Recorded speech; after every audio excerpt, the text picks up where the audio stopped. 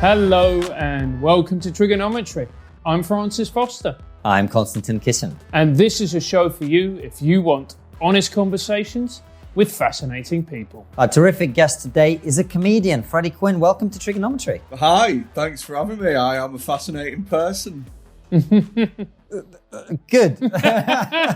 Okay, cool. I'm enjoying this. I'm Excellent up for it, man. I'm psyched. We can tell. You don't even know which camera to look at. The level of professionalism among comedians is very well known. Listen, it's good to have you here. Actually, for most people won't know this, obviously, because they don't have access to my Facebook Messenger, thankfully. You and I were having a conversation in the wake of this thing that happened on Frankie Boyle's New World Order. Right? Yeah. Where a comedian made the joke or trying to explain that when BLM supporters say kill Whitey, they don't really mean kill Whitey. And the joke was, we do. Right? Right. I sort of said that I always defend the comedian's right to make a joke, but I also thought it was inappropriate for whoever produced that show to include that bit. I thought it was ill-judged. At which point, a lot of people sort of had some pushback on it. and he's scratching his ear. And you were one of them. But I actually thought the way you and I talked about it was pretty sensible. So because you disagree, we thought we'd get you on and we'll have a chat about it. Yeah, man. I think disagreeing with people is a good thing. Like, I never get those people that like have big Facebook statuses. And if you disagree on this, unfriend me now. And it's like, why would you want to surround yourself by people that think exactly the same as you do? I like that we think different things, man, and I like that we can talk about it. So, and I mean, the fact that obviously I'm right as well, makes me feel a lot better. Well, so to tell everybody what your take on the whole situation was. So, right, I was a little bit, the reason that I messaged you is because I was a little bit surprised that you sort of were kind of against, because that's what it was, really. You were against it being aired, weren't you? The Kill Whitey thing, yeah? I was against it being broadcast on the principle that I thought it probably wasn't the best part of that show. I mean, maybe the tragedy is that it was, but I don't know. My point is, I thought it was an ill-advised thing for the BBC to broadcast. That's not to say that she should be censored or punished for the joke. But we all know we try new material, for example. We don't include stuff that doesn't work very well, do we? So that was my thought on it. But it is to say that what you're doing is you're passing the issue of censorship from the comic to the editor, which I don't think is a way of dealing with the issue. I think you want to remove that censorship altogether. That's surely everyone's end goal, isn't it? Like, I don't understand why you would say, oh, well, the comic can say, oh, it's fine for the comic to say it, but the editor then has to make the choice. Blame the editor. I just feel like it was passing the buck. Well, my take on it is that you when you curate a program, you don't include everything. You make choices, editorial choices about what you include. And I thought, particularly at that moment in time where the racial conversation was very heated, that was a very ill-advised thing to broadcast. It doesn't mean, as I say, that the comedian should be punished or censored or anything like that. I just didn't think it was a good bit of thing to include. That's all. So why was it ill-advised?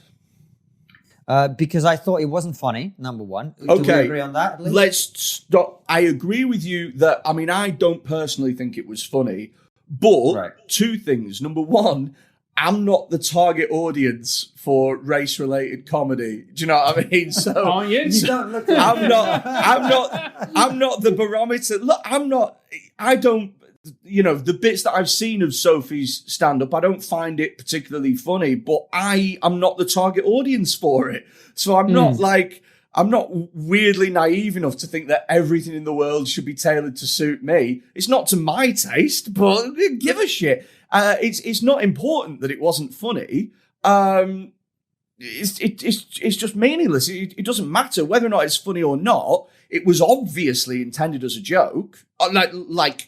That's indisputable. Like, there's no. I don't know about that. There's Well, a lot of people who would dispute that. Yeah, but those people aren't rational thinking, but surely not. Because, I mean, here's how you can tell it was a joke, right? She said, we don't want to kill Whitey. And then she literally does an aside. She turns her body and goes, we do. And then she goes, we don't. She literally moves her body in order to sell that joke. And she's being booked as a comedian on a comedy-related show. It's just her way of solidifying the reason that she is to be there. And I felt it was ad-libbed as well. I didn't feel like it was premeditated or anything like that. So for me, it was a massive storm in a teacup. And I think that the UK is very uncomfortable with seeing issues about race on TV. I mean, look at the Britain's Got Talent thing the other day of Nabil Abdul Rashid did his set on Britain's Got Talent semi-final and got 730 odd complaints.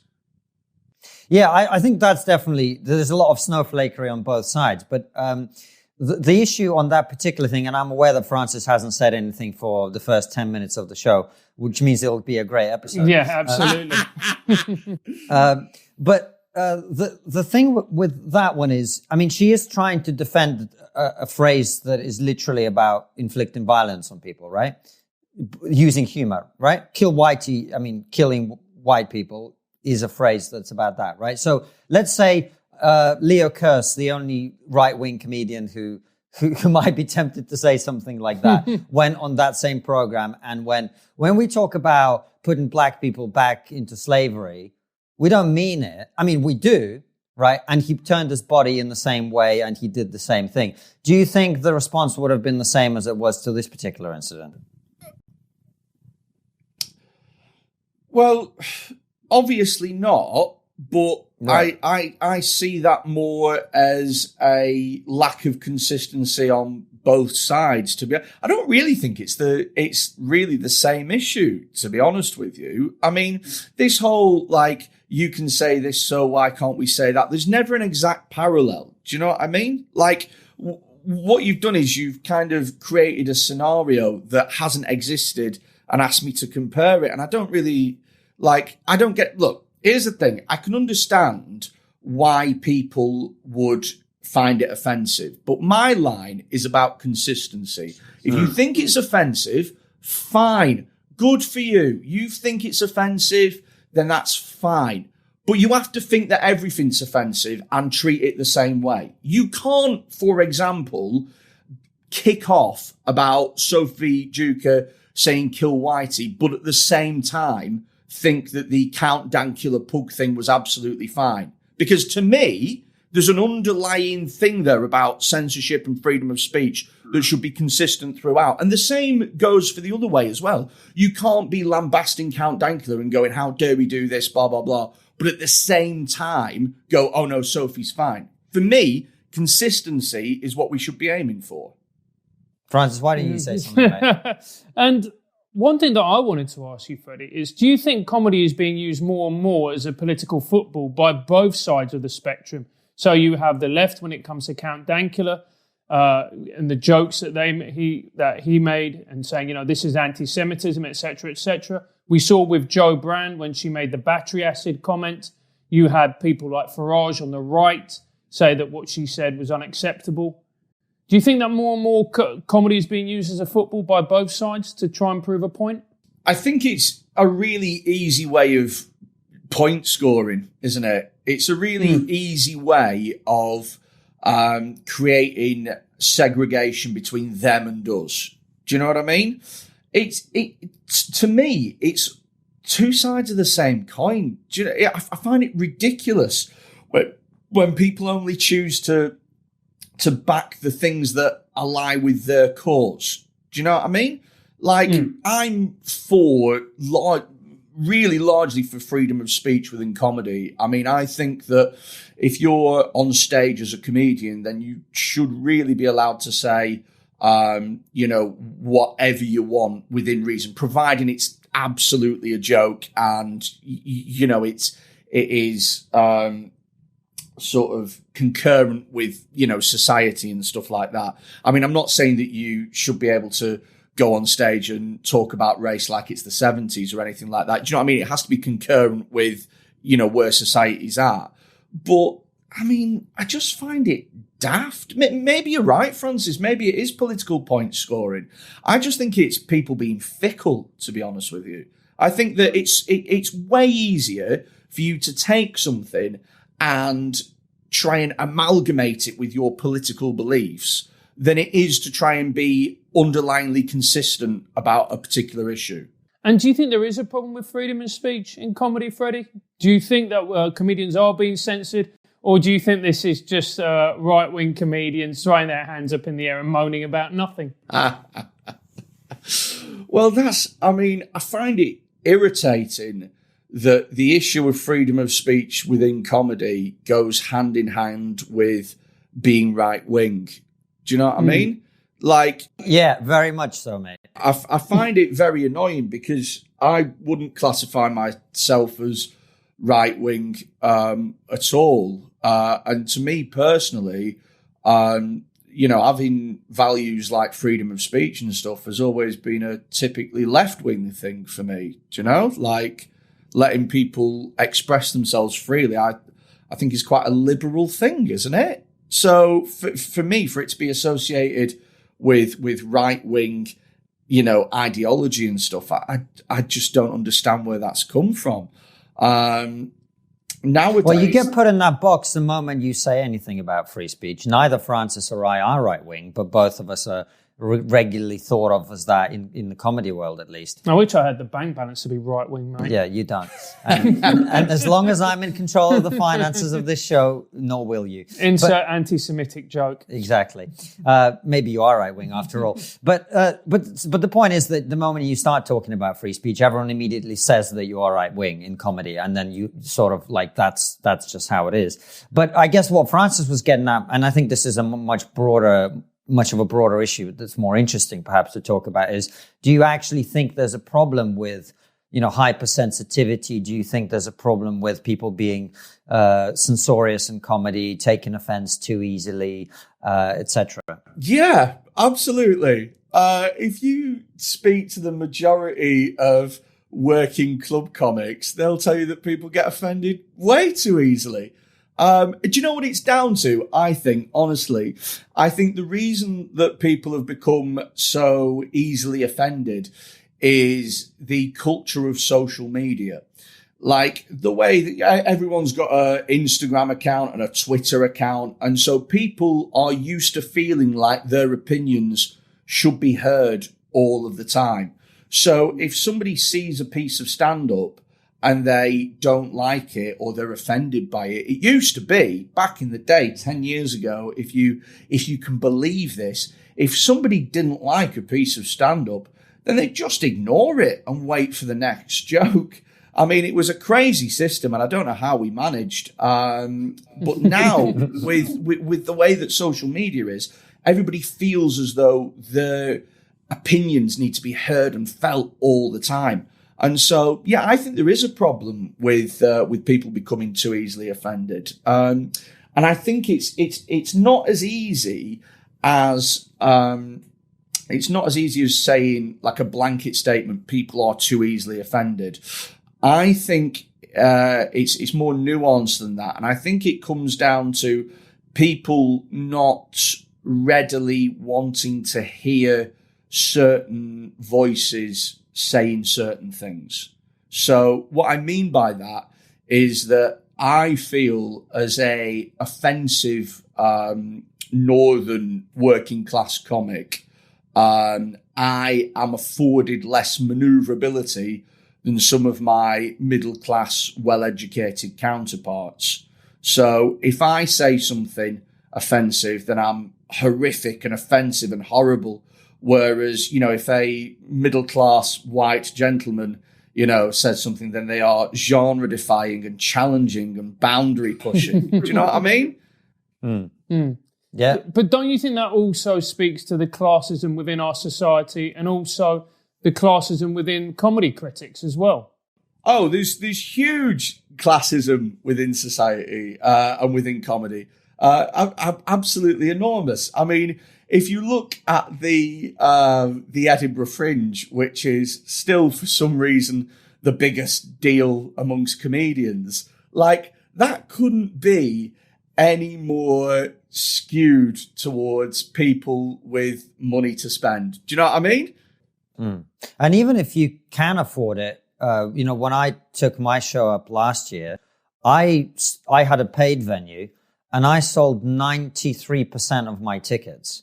And if it hadn't been for the fact that I stayed with friends for the whole month, I would have lost money.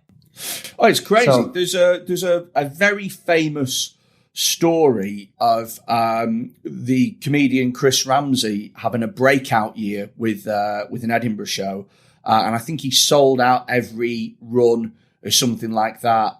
He sold out every night of his run. He got nominated for an Edinburgh Award, and he still lost like $4,000 or something like that. Freddie, let's just come back to the bigger picture, because I feel like this is very interesting to the three of us and 7 open mic comedians who may be watching, but the audience more broadly probably couldn't give a shit. Francis, did you know that investing is one of the best ways to preserve your wealth over the long term? What's wealth? Something you will never find out as long as I have control of the TRIGGERnometry account. However, if you do have wealth, high commission and clunky products from traditional stockbrokers make it very difficult for people like me to start investing. Good. For everyone else though, Freetrade has come up with an award-winning app that is currently being used by over 250,000 people. It's FCA approved and FSCS protected. It's brilliant. It allows you to trade commission-free. Freetrade has won Best Online Trading Platform at the British Bank Awards 2 years in a row, 2019 and 2020. They offer no speculative products, no spread betting, no day trading. It's all about preserving and growing your wealth over the long term. No hidden fees, transparent pricing structure, very simple to use. You can sign up for a general investment account or a stocks and shares ISA. Or sign up to Freetrade Plus for more advanced order types and a bigger stock universe. They've also got other new products coming soon. You can get a universe.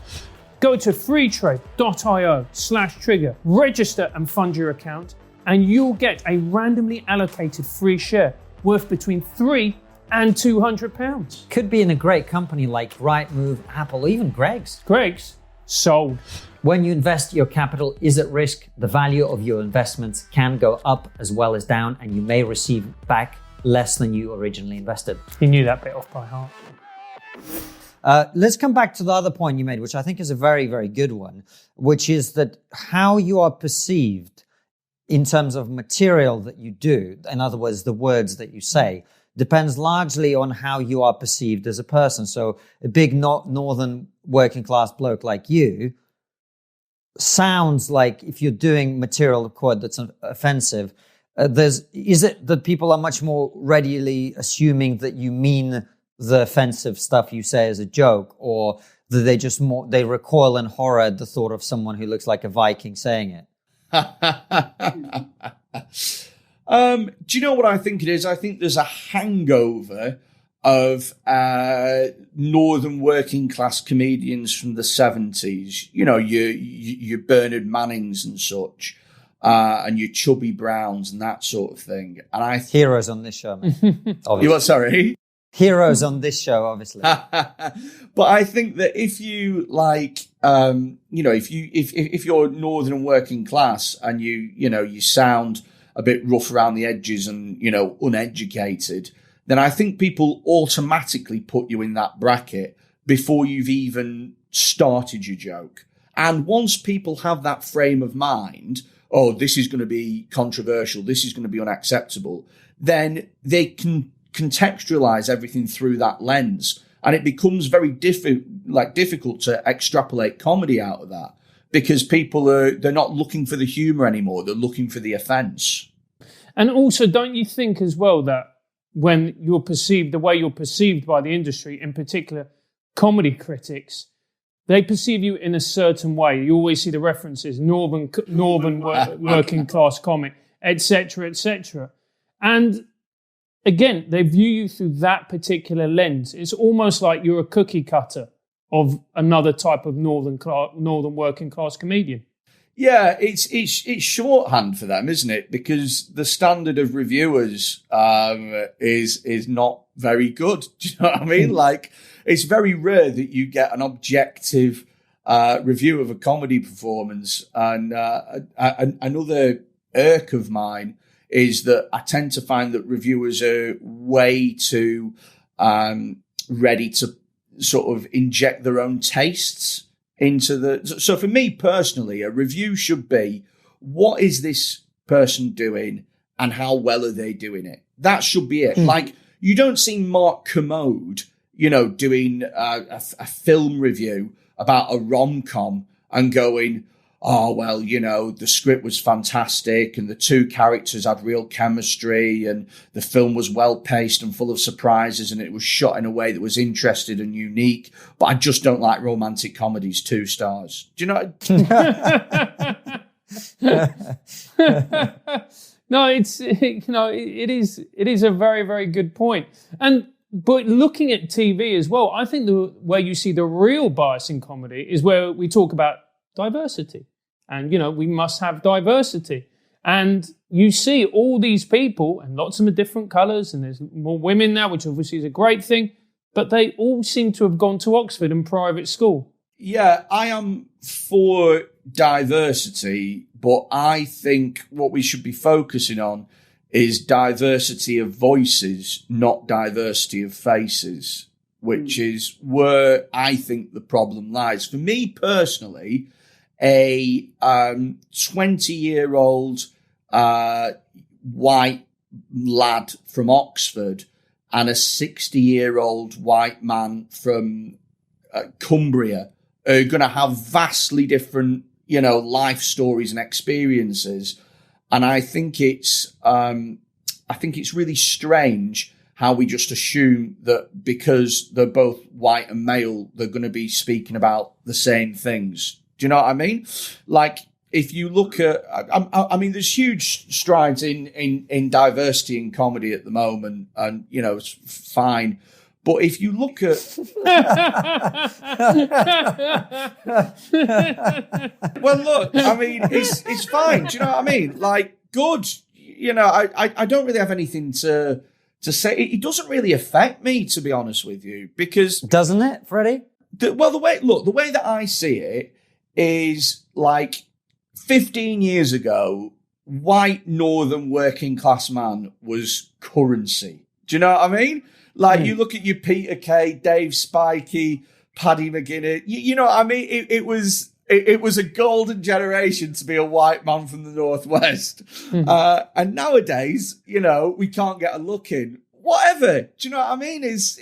It'll be cyclical. In 10 years' time, it'll change again. It's all cyclical, this, it's just a phase. I mean, I think it's good, particularly that there's more, female acts and people of colour and things like that. I think that's important because, like, I do buy into the idea that if all you see is straight white men doing stand-up, then that's just going to encourage more straight white men to do stand-up. Like, there has to be a point where you show other people in there, and then the next generation, we're going to look at that and go, oh, I can do that because somebody else is on TV that looks like me is doing it. And, that will, in the long term, lead for, a depth of quality, across, the whole circuit. I think that that's a largely good thing. But when you're talking about diversity at the moment, there's 2 fields that are massively being neglected, and that is class and age. So, and why do you think it's important that class is represented? Why do I think it's important that class is represented? Because I'm one of them. Because I'm working class and I'm rooting for myself, Francis. Do you know, it is true, isn't it, that everybody sees the lack of representation in the thing that they identify with. Do you know what I mean? Like, you get this is where I don't agree a little bit, Freddie, because it never occurred to me that I need to see a Russian Jewish immigrant doing comedy for me to do it. That was never a thing. One's enough, exactly. That never occurred to me. I don't need to see a Russian Jewish comedian doing a YouTube show talking about political and cultural issues. It never occurred to me that I need that. Do you know? So I don't really, I think we've bought into the narrative, which I don't personally agree with. I know loads of people who've done something being the first person to do it. I'm not sure that, and particularly this was the other question I was going to ask you, and it's a bit of a pointed one, so feel free to dodge it. But do you not feel that part of the drive, and I say this as someone who really doesn't have a dog in the fight anymore. I'm done with club comedy. I'll do my own shows to my own audience. I'm really not, I'm not rooting for me to get any opportunities at all. I really genuinely don't have a dog in the fight. But as a neutral observer watching it, do you not think that the drive for diversity has meant that there's been a drop in quality? Right. Okay. Let's go for the first question first, and then because there's two big old issues there, Francis. And okay, cool. I'm not getting involved, mate. You crack on, Freddy. Constantine. Sorry. So look, right. First of all, what I would say is that you have really drilled down into your own identity, and you've drilled down right into the specific Russian Jew. And it's like, yeah, there ain't no other Russian Jews, fine, whatever. But if you look at it on the broad umbrella term of white bloke, there's fucking loads of us. Do you know what I mean? And we're all over the place, and we're all on TV, and we're all, historically, we've all been in stand-up and that. And so if you look at it in terms of just white man, there's loads of other people like you in that sense doing the things that you do. I get what you're saying about somebody has to be the first, and that's true. But I do buy into the fact, look, like maybe I would have been a great ballet dancer. Maybe I would have properly made it. But in interesting example there, yeah. But in my head, ballet dancing is really like a female thing. Like I know that women do it and things like that, but I know that men do it, but because I've predominantly seen women do it, I never even thought about it growing up. It wasn't even, it wasn't even something that... I think they made a film about that, didn't they, Freddy? Oh my God. But yeah, I mean, look, I think that if you have really good, diverse acts on TV, I don't think it's a stretch to say that there are going to be, young women watching stand-up comedy shows who are really big comedy fans who watch and they see Aisling B or Rasheen Connerty or Fern Brady or, Catherine Ryan, and they watch these amazing acts and they go, oh my God, I could be like them. Do you know what I mean? It's like a role model thing, man. Do you have a business? Do you want to make the most of your business? Do you want to advertise online, but don't know where to do it? Well, how about you advertise with TRIGGERnometry? We have over 200,000 subscribers across the different platforms. We sometimes get up to 3 million views a month for our videos, and it's a great opportunity to showcase your product. So if you want your product or business to stand out amidst all the nonsense that is happening, drop us a line at marketing@triggerpod.co.uk. That's marketing@triggerpod.co.uk, and we will do our very best to help your product stand out. And when we say stand out, what we really mean is get cancelled. All right, so the other question was, are they seeing the great acts, or is the push for diversity lowering the quality? On TV or in clubs? Well, let's start with TV. I think that's what we were talking about originally. Okay, so on TV, I would say that quality is being lowered because people are focusing on diversity, and I don't think that that's. I know that there will be people watching that and going, "Oh, you can't say that," but really, I mean, it's. Not in TRIGGERnometry, mate. I honestly think it's a crying shame that there are acts like Jeff Innocent and Mick Ferry and Curry Marks and Adam Bloom, who are incredible acts that get next to no television. And there are other acts who are on, comedy shows that get, they're basically, open spots, promising open spots, and they're getting TV. I think that is the point where we've kind of jumped the shark a little bit. And you know what? It's funny, really, because when I think about this, I'm not like, I'm not trying to be bitter about it, because quite frankly, if you are early on in your career and somebody gives you the opportunity to go on, ITV1 primetime and do 3 minutes of comedy or whatever, then that's a brilliant opportunity and you should absolutely take it. Do you know what I mean? Of course. It's never about the acts themselves. You can't ever blame people for who've been given an opportunity for taking it. And if you were in their place and suddenly we had a massive quota for bearded northern blokes, no one would blame you for jumping on that. I just love to watch all the northern blokes suddenly grow beards. Yeah, well, they already have, I think. But what I think we are talking about here is the system more broadly, aren't we? Yeah, look, I mean, there's a drive for it goes back to what I was saying before about it being cyclical. There's a drive for diversity at the moment. So if you're a diverse site, you're going to get those opportunities more early on in your career than, perhaps what you should do. And that's just, it's not anyone's fault. I think if anything, it's it's down to, the major TV networks and how they choose to show comedy. And, it does lead to, I mean, let's be fair. The question that you asked was, does it lead to a depth in, has it led to a depth in quality?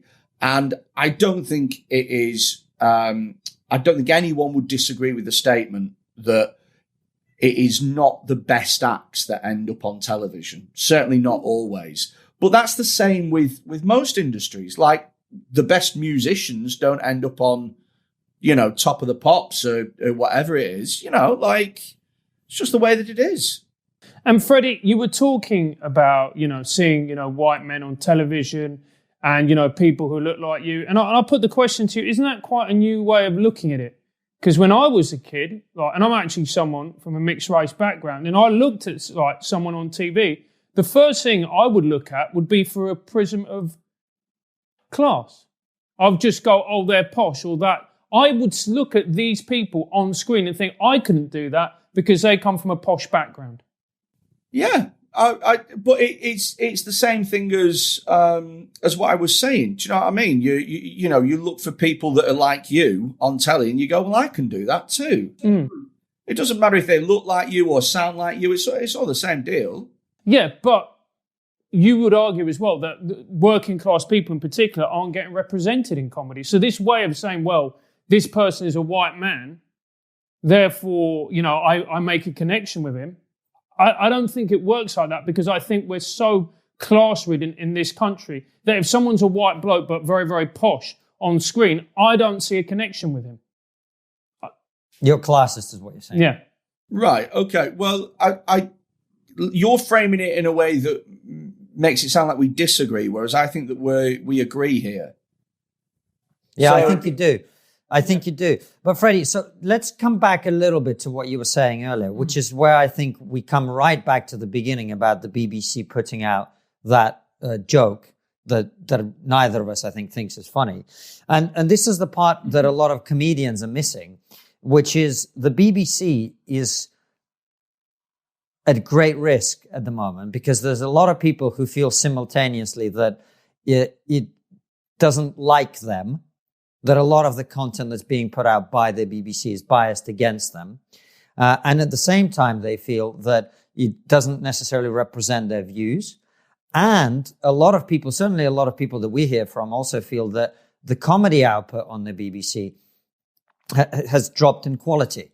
Now, whether that's to do with diversity or not is a different issue. Maybe because of the different technologies that we have now, Netflix, Amazon Prime, whatever, everyone can watch exactly what they want, and therefore something that appeals to everyone no longer exists. I don't know.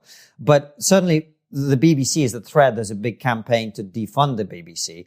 And that was also part of my thought process when I was critical of them putting that bit out. I just thought, in an environment where the BBC is already under threat of being defunded, pushing those quite divisive ideas under the pretense of comedy wasn't necessarily a good outcome for the BBC. And I'm a big fan of the BBC. Right. Okay. So what I would say to that is that the definition of comedy is not what you personally find funny. So because you don't find it funny, it doesn't mean that it's not under the pretense of comedy. She was clearly joking. Like it's to me, it's a clear joke. Now, whether or not it's funny, like I say, completely irrelevant.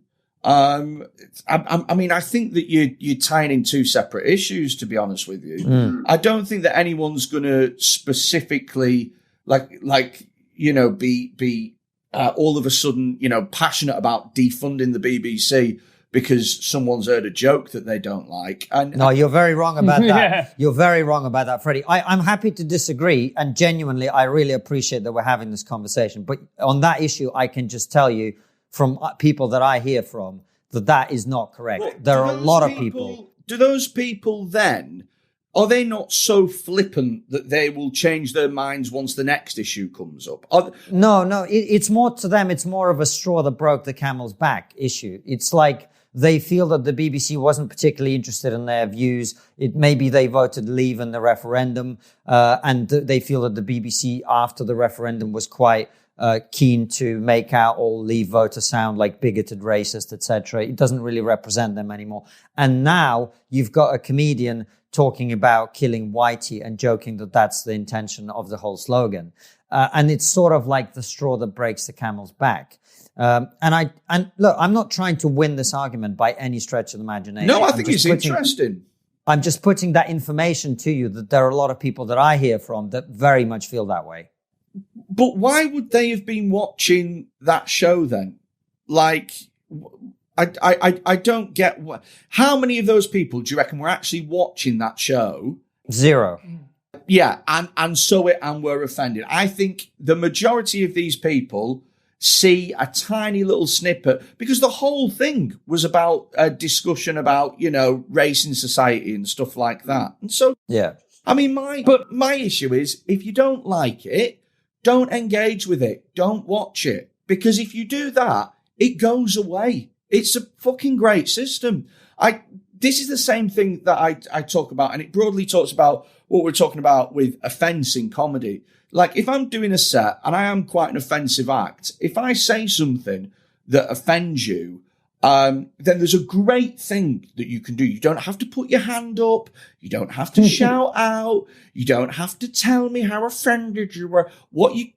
Here's what you do. You don't make a sound. And if enough people agree with you and also don't make a sound, I don't do the joke because it isn't funny. It's a perfect system. I don't see why. And I think it goes to a bigger point that at the moment, people are so self-serving.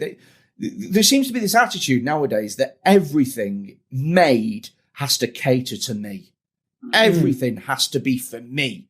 And I'm not putting any political bias on that. I think it happens at both sides of the political spectrum. It has to be for me. That joke about killing Whitey, I can guarantee you, I can't guarantee you at all. I don't know why I just said that. I bet that if you were somebody who grew up where Ace was, a huge issue in your life, something you battled racism on a daily basis, and it's something that you really had to live with, and something that you were really hyper aware of, you'd be watching that show. Or you'd be more likely to watch that show. You wouldn't be offended by what was just said. You'd see it as a joke. You know what I mean? Look, Sophie played the audience that she anticipated was going to watch it. Is it her fault that a load of people saw an out of context clip, saw a 1 minute segment of an hour long show and went, oh, how dare she? This isn't what I pay my license for. I think the attitude that needs to change is within people. And do you not think part of the problem is that there is an absolute dearth of comedians with a different point of view politically on the BBC? So immediately she says that joke on a overtly left-wing programme, and it is, from what I've seen, a comedy/political show, but they don't seem to get anybody on from the right side of the spectrum. Even Jeff Norker can't get a sniff on there. Yeah. And so people just see that as another example of BBC bias. So who did they have on that show? They had Sarah Pascoe, they had Dane Baptiste, and they had Jamali Maddox. Okay. Who would you have had on there to redress that balance? Freddy, what we're really talking about is all of the people on that show agree with each other. That's what we're talking about. Ah, right. Okay. Fair enough. Well, yeah. Do you know what? It depends what you want in that show then, doesn't it? Actually, Frankie Boyle, who hosts the show, he's not woke. What are you on about? He is very woke. Yeah. Pay attention to his Twitter, mate. I'm paying attention to his stand-up. His stand-up isn't woke. Did you see the special that he put out during lockdown? I haven't seen the special, but he is woke, believe me. Right, okay. His stand-up isn't woke, though, is Yeah, his stand-up, no, which is one of the interesting things about it, is that he's someone who made a career of being very offensive, breaking boundaries, etc.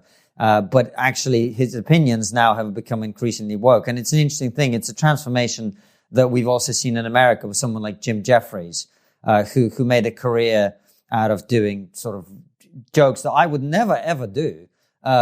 Rape jokes and whatever, and then he's lecturing everyone about how we must respect women 3 years later.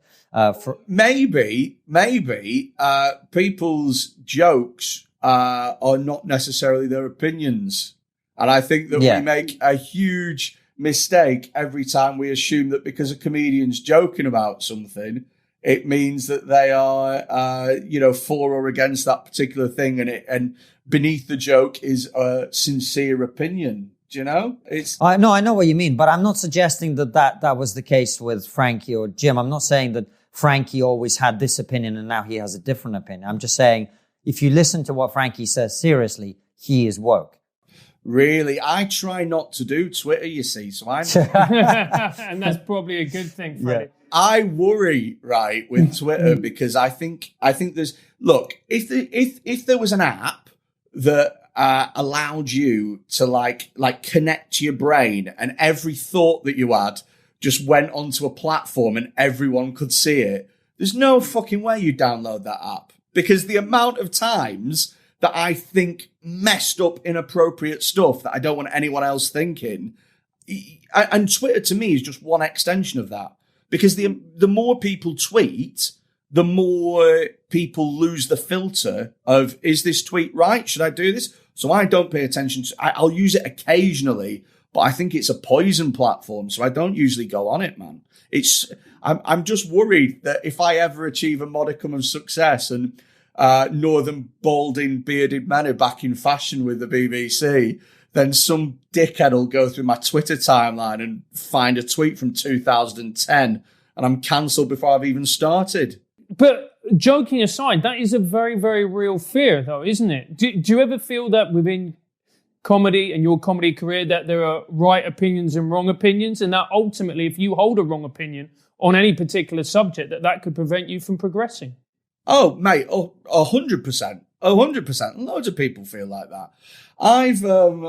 I've recently started doing a bit, like I've only done it once, and the basis behind it is that we should learn to treat comedy as like a buffet. Like, if you go to a buffet, you don't expect to like everything on the spread. That's not what a buffet is about. But as long as you get your little plate full of stuff that you like, then everything else doesn't matter. You just pick the bits that you like, and then you have a nice, lovely time. Like, I don't like quiche.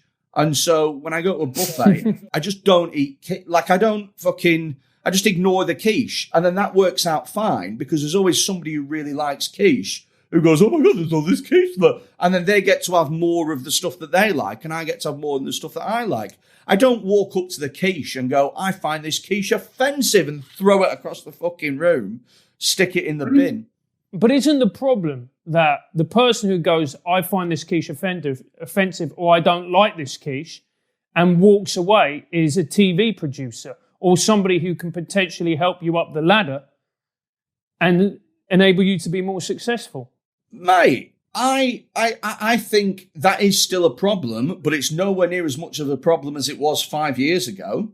The way that social media comics are smart, man. Like, you guys are clever. Do you know? Like, you two. I do. I'm not.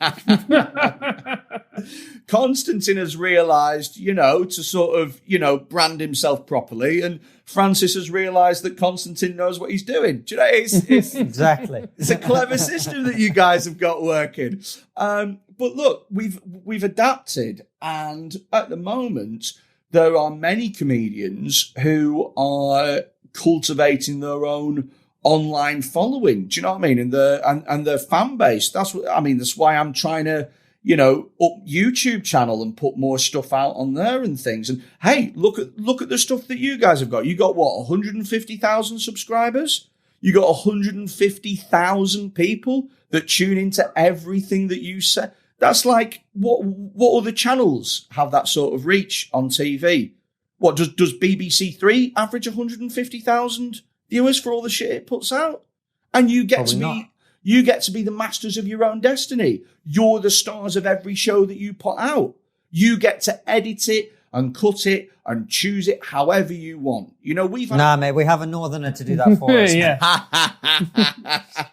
But you get my point, though. Yeah, 5 years ago, it was dead important to please TV executives, and it still is important or whatever. But it's getting less and less and less important every day, because more and more acts are tuning into this fact. They're going, hang about, wait a minute, why am I waiting to do 3 minutes at 10 o'clock at night on a major TV show?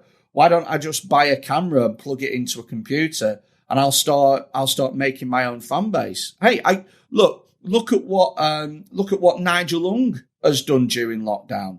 Nigel Ung has got what, nearly 2 million YouTube subscribers now. That's enough to tour off. He's set for life. Christ knows how much money he's going to make through advertising on his clips and stuff. He's not waiting around for people to go, all right, okay, we need like an Asian guy on our next show, so let's bring him on. He's done his own thing, and more acts are tuning into that every single day. If you gave me a choice, legitimately, if you gave me a choice between being on next season's Live at the Apollo or having 50,000 YouTube subscribers, I would take the YouTube subscribers every single day. And Freddy, do you think that the TV companies, because of this lowering of quality, which I think everybody pretty much agrees with, have sown the seeds of their own destruction, in that people turn on and they're not as invested in the whole diversity agenda as any of the rest of us or whatever else, look at it and go, oh, that's not as funny as comedy used to be. Switch off. I'm going to go on YouTube. Look, it's part of a rich tapestry. Do you know what I mean? Like, maybe it is part of what's going on, but there's plenty of fantastic, diverse acts that, for whatever reason, don't seem to get a look in. Like, for example, when I was in London, we were talking before this about Top Secret Comedy Club, which is one of my favourite comedy clubs in the country. There's two acts that do there regularly, Tanya Moore and Nico Yearwood. They're both bloody amazing comedians. Yeah, both friends of ours, yeah. And there's others as well. This is something that Francis and I talk about all the time. There's plenty of other black, ethnic minority, female acts who don't get a look in. And again, if you pay attention, there's reasons for that as well, which I certainly would say have something to do with the sort of progressive agenda. But that's my take on it. I mean, I watched, last time I was at Top Secret, I watched Nico Yearwood blow the roof off that gig. He absolutely annihilated it. And I find it incredible that, he's not being given TV opportunities. So for me, it's not as simple as to go, oh, diversity's the issue, because it makes it sound as though every female and every, person of color or whatever is being given the opportunities and people are, when actuality, I think there's loads of people who are great that for whatever reason aren't getting a look in. Maybe it is part of the reason as to why the BBC is struggling at the moment. But I think a much, much bigger reason is the fact that YouTube is miles better. Netflix is miles better. Do you know what I mean? Like how can the BBC compete with YouTube, where you can you can physically find the stuff that you like, you can subscribe to it, and you can watch it whenever you like? It's just, the BBC hasn't even caught up to that shit yet. This whole on-demand thing has been around for years, and they're miles behind. So I think that's a bigger reason. Do you think we should defund the BBC, Freddie? Oh, mate, totally. Absolutely. Mate. Look at him. Yeah. He's like he's walked into a candy shop. Between me and you, I have not paid my license in some time. And that's interesting. I didn't expect you to say that, Freddie. That was almost a tongue-in-cheek comment. Why do you think we should defund the Beeb? What? Genuinely, why do I think we should defund? Yeah. Because I resent being forced to pay for something that I have no control over, what goes on. Do you know what I mean? Like, look, right, here's the thing, is I think that the way Netflix works is pretty fucking good, because I subscribe, I get loads of great shows, and if they stop making great shows, then I unsubscribe. And that's it. And so what Netflix does is they go, oh, well, a lot of people have watched this and really enjoyed this. I guess we better make more things like this. And that works as a great barometer of quality. Whereas as it stands, if you hold people to ransom and force them to pay 120 quid a year, then, the quality of stuff that's on the BBC is nowhere near the quality that's on these streaming platforms. So, it's interesting. We're sort of agreeing. You're agreeing with a lot of the stuff that I was saying. And actually, maybe one of the reasons that, when I talked about the breaking of the camel's back thing, one of the reasons it's a bit different with the BBC is that people are forced to pay for it. So it's the combination of being forced to pay for something and then having stuff churned out that you don't agree with or don't like, which pisses people off. But it doesn't matter. I think you made your point very clear on that. But in the same vein, though, like I tell you what pisses me off is Antiques Roadshow. Like I think it's bollocks, but I'm not offended that it's on. Do you know what I mean? Like, no, your point's well taken, mate. I think you made your point very clear. And I think the important point that you made about the takeover of technology and the fact that we all have our own destinies in our hands now. So this whole, this comedian got promoted. This is why I said to you, I've got no dog in this fight now, because I'm very happy with what we're doing. We've got this show. We've got our other stuff that we do. And I'm not really bothered about it, because if you embrace the power of the internet and the technology that's now available, you can make a success of your career, and you don't need anyone to give you any opportunities. Oh, I mean, for me personally, I have started to pay so little attention as to which comedians get booked onto what new stand-up shows. I don't give a fuck. Do you know what I mean? Like, I look at who's booked on this season's stand-up sketch show. I couldn't give a shit, because it's just not something that I care about. To be honest with you, the thing that I care about is performing comedy live. That's all I'm asked about. And for me, if I was ever on television, then the only reason that I'd want to be on there is so that I could get more fans, so that I could perform comedy live more. Do you know what I mean? And it's easier for me and way more convenient for me to try and build my own YouTube channel or to try and build my own social media following than it is for me to try and pander to TV executives that don't even want what I'm selling. It's a good live comedy is doing well at the moment, isn't it? Depends how good you are, mate. I've not stopped gigging. Boom.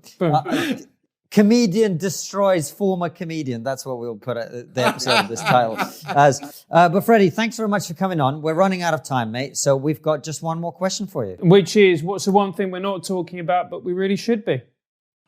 So there is a show on Netflix called American Pitmaster Barbecue, and it's like Great British Bake Off, but with like barbecue slow roasts and stuff. Mate, nobody's watched it, and I'm the only fucking guy that has. It's unbelievable. And you know what? There just isn't enough working class northern men on that show. You know, it's. Do you know what I like about that? That was entirely on brand on both of those answers.